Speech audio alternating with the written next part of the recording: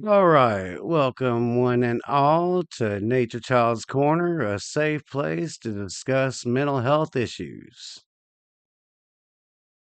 First and foremost, major content warning here because I will be discussing suicide and self harm, specifically cutting. So if you're not in the right headspace to hear that, please click away and just come back when you're feeling stronger in that regard. Either way, let's dive on into this. But first, I'd like to make a quick clarification. Recently, I was chatting with a very good friend of mine, and she said that maybe I wasn't as healed as I thought I was. And after I laughed, was done laughing hysterically because I can be a bit of an a hole sometimes. While I have crawled out of my own personal hell, I am not healed by anyone's stretch of the imagination. I have simply reached a place where healing can begin. So I just wanted to clarify that I am not healed by any means. Anyway, so in this video I will be telling 3 stories from my life where I dealt with suicidal ideation attempts and thoughts and all that mess, along with my own personal struggles with self harm, which are too long to list here. All right, story one. First, let me lay the scene. I was working with my uncle in carpentry, and the guy that had started the job before us ran off with all the money. So there was a question of whether we would be getting paid at all. Now, keep in mind, this is around Christmas time. And just recently, my wife had left me and taken our daughter with her. And then so the divorce happens, and I just kind of sit alone in this house that I was buying for her, for us, for our future, and just legitimately going insane. There is no fun way of putting it. I sat in that house and I was going insane. And around Christmas time, as I also said, that me and my uncle were getting pretty screwed over on this job we were working, so he couldn't really pay me that much, but as stated, of course, it's Christmas time, so I took what what meager money I made on this job, and well, of course, I had to get my daughter something. It's Christmas. And I remember I got her a Shrek box set that had all the Shrek movies up to that point. She's really big into Shrek, so that's all I could get her. With what was left, I wasn't really eating back then, so I don't know, got a little bit of food to get survive on. And on this Christmas occasion, I had custody of our little girl. Love you, baby girl, by the way. I know you're out there watching. And JD, since you're probably out there watching this, it's that job. You know what job. He was there too. Anyway, so my daughter comes over for Christmas, and I give her the meager Christmas I could, but the Christmas I had provided her wasn't nearly as exciting as what all the toys and gifts she had gotten earlier that day. This is I don't know, mid afternoon or evening, I'm not real sure. But after she had all the fun that she could with a little bit I got her, she got sad and she wanted to go home and play with all of her new toys and all her new stuff that she got from a admittedly much bigger Christmas. So, and I'm not that kind of guy. I wanted my girl to be happy on Christmas.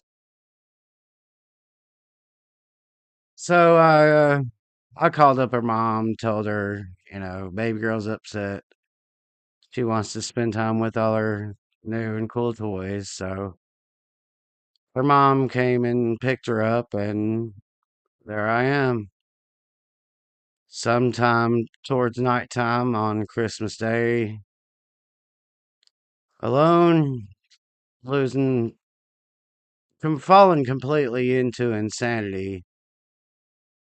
And when I knew she was gone and couldn't hear me anymore, I lost my mind. I cried and cried and cried until I simply stopped crying. I had reached a decision. I knew what I was more than broken. I was a pile of mush is the only real way word I could use to describe exactly what I was at that time. And so I had decided that that night was going to be the end of my story. I was going to kill myself that night, but I didn't want to, hmm, how to put this? Before I did anything, I wanted to see a friendly face. Just, I don't know, just last thing to look at. I couldn't tell you. So I went over to my man Skinny's, which is 30-minute walk, 45-minute walk, easy. Just absolute depths of depression. But within that time, I had not changed my mind. I was resolute in what I was going to do. So I knock on Skinny's door, and lo and behold, not Skinny answers, but Laura, dear friend of mine, helped me through a lot, especially tonight, in a very almost direct way. So I knock on the door and she answers, and of course, we're all good friends, so she invites me in. But first red flag for her, I assume, was that I wouldn't come in, and I was very specific in the story I gave her at the door. But Laura knows me better than that. She knew something more was going on. I just had told her that I was deeply depressed, didn't really want to hang out, just wanted to see somebody before I went home and went to sleep of my own accord. But in the story I gave her, I told her that I didn't get anything for Christmas. And I, thinking back, her heart had to have been breaking for me right there in front of me. And I was too lost in my own darkness to see it. But she wanted to give me something. So she asked me how I felt about crosses. I love crosses, not just for their religious significance, but it's a really cool shape. I love crosses. So she tells me, hold on. Of course, I wasn't about to come in anyway. I didn't want to make this harder on myself than it needed to be.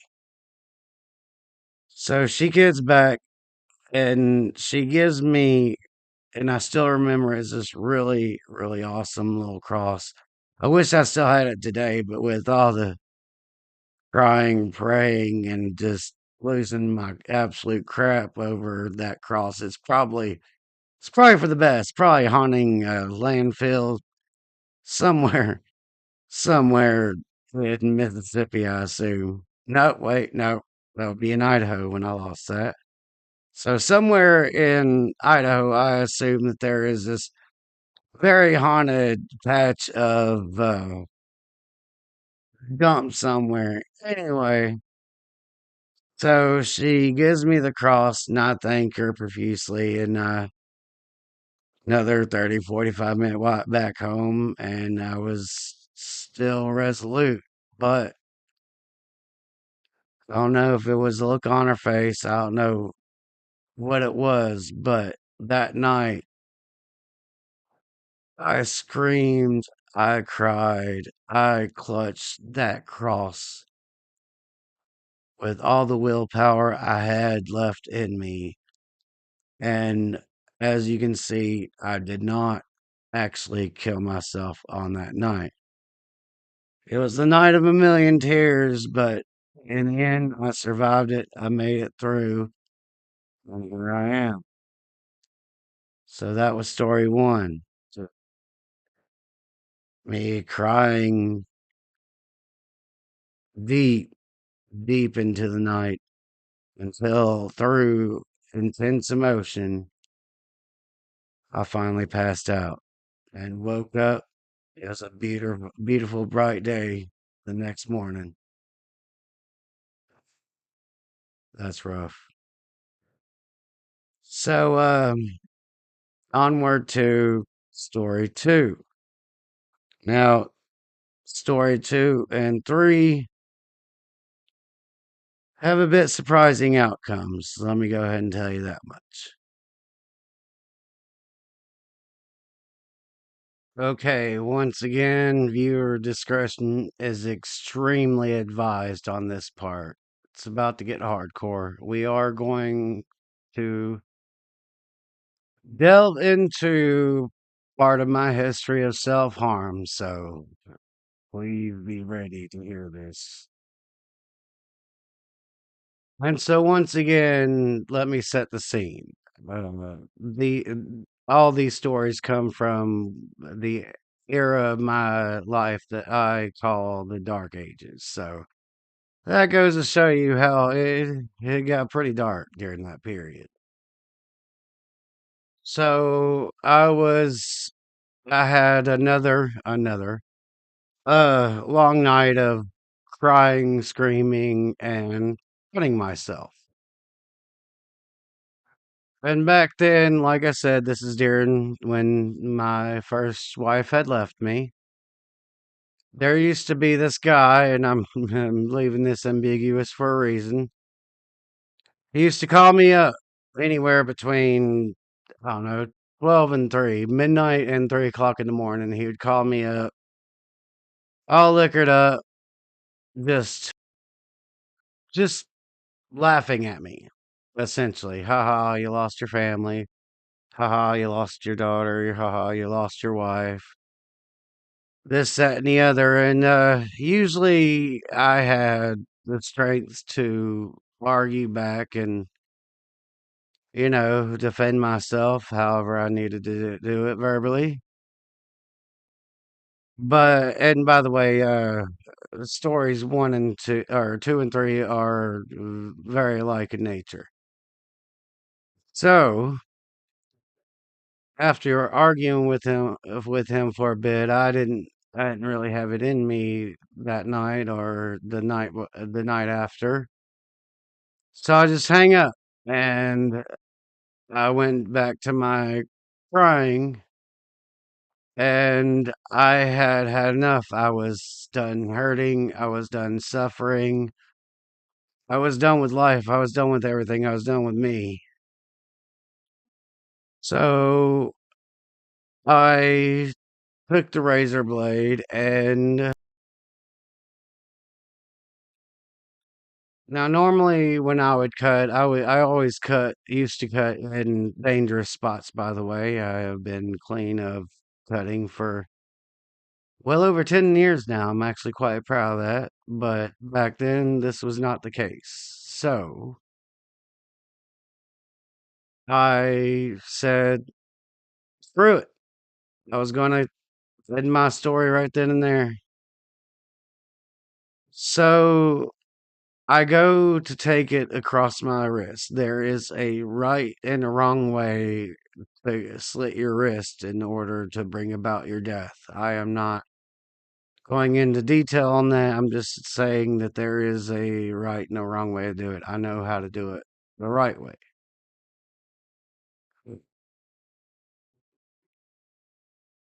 So I go to slice my wrist, and lo and behold, I couldn't make a scratch across my wrist. I could not. Still somewhat able to use logical thinking. I'm like, oh, I've been at it all night.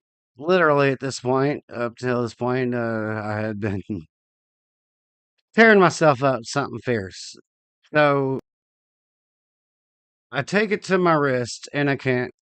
I can. I don't even know how else to say. I couldn't even make a scratch, and I'm like, in my logical brain, I'm like, maybe, just maybe, I had cut myself so much with this particular blade. Maybe it was dull, so I make a few zips across my arm. Zip, zip, zip. And no, this blade was not at all dull. This was a very sharp blade. Those three cuts alone sliced me open pretty good. So I'm like, okay, a little weirded out, but still crazy enough to do what I was trying to do. So I'll go back to my wrist, and I try to do it again. And once again, couldn't even make a scratch. Not even, barely make a mark. But it sure as crap wasn't slicing me open like it did not 30 seconds ago. So,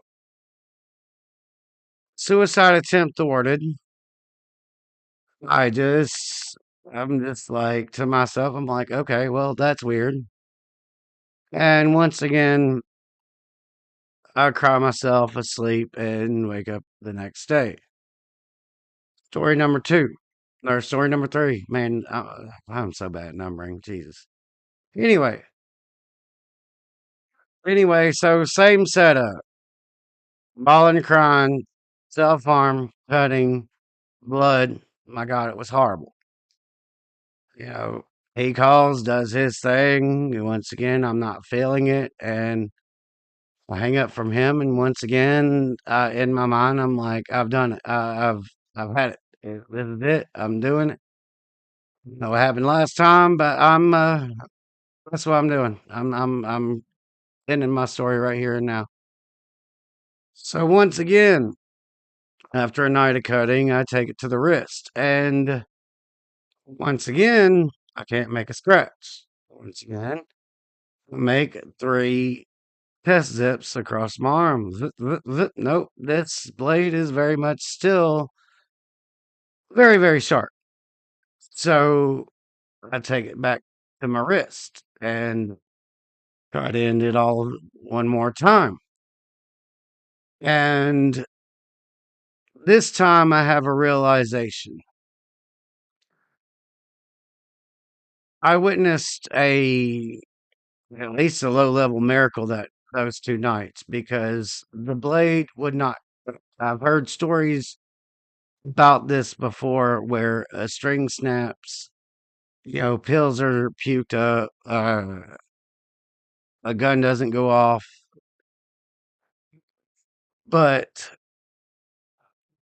this, what I had just witnessed these 2 nights was, I knew it was more than that. It was because I saw plainly that the blade was very much working. It's not technology. It just doesn't stop working because of 1 minute to the next.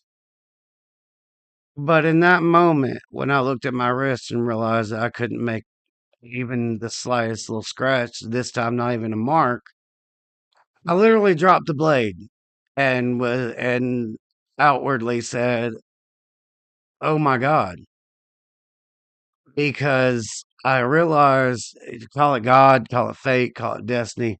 I don't care what you call it, but I just call it a miracle. And so once again, suicide attempt thwarted. But by what? By who? And it was in that moment that, now, some may find Christianity triggering. Not me. I am a Christian. I'm not a pushy Christian. I'll talk about it, I'll discuss it like I will here, but I don't push it on people. That's not my thing. That's not how that's not how I Christian. But since those 2 nights, it made me think. It's been a mind screw real bad too. I believe it's every 12 minutes somebody ends themselves. And imagine that with 12 minutes until the next person does it, imagine all over the world how many people die daily, weekly to such an instance. Imagine how often that really happens and people are successful. And it's as if everybody's doing this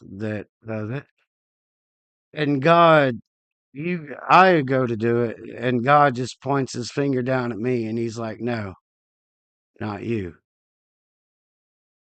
So, and anybody I've told this story to has always told me, "You got a purpose." I've had people who weren't Christian. I've had atheists tell me, "You got a purpose in life," and I believe this channel is it, and I hope it reaches people out there.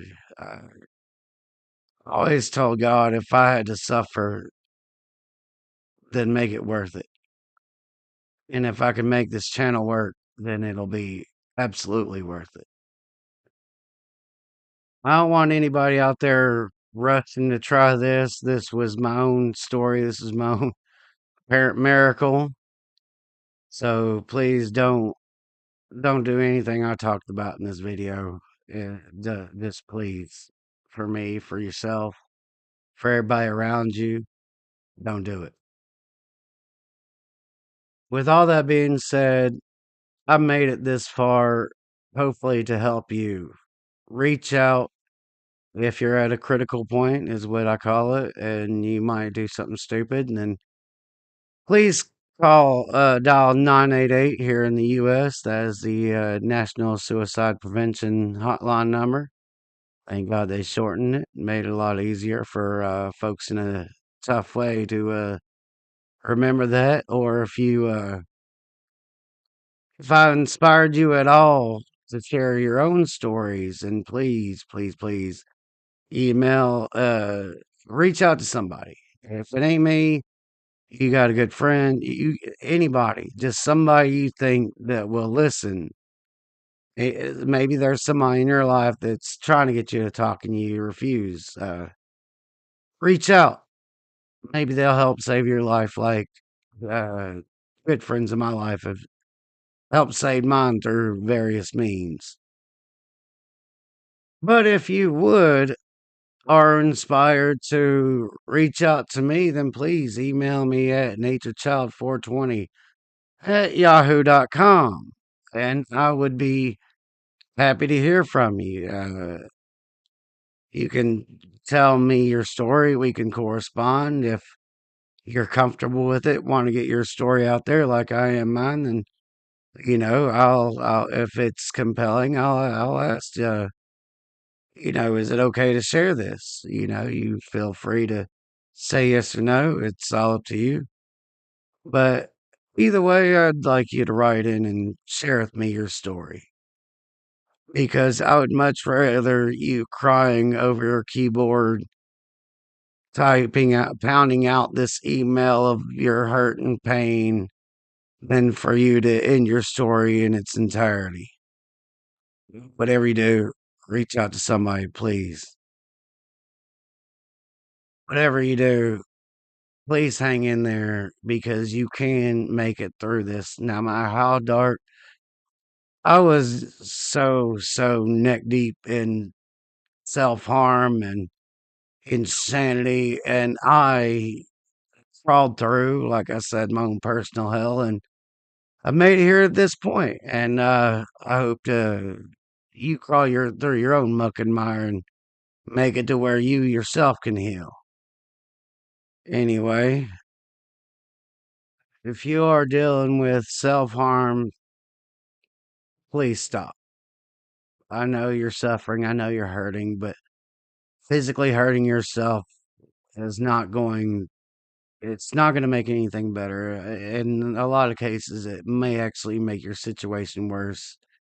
So please, I want to sign off and say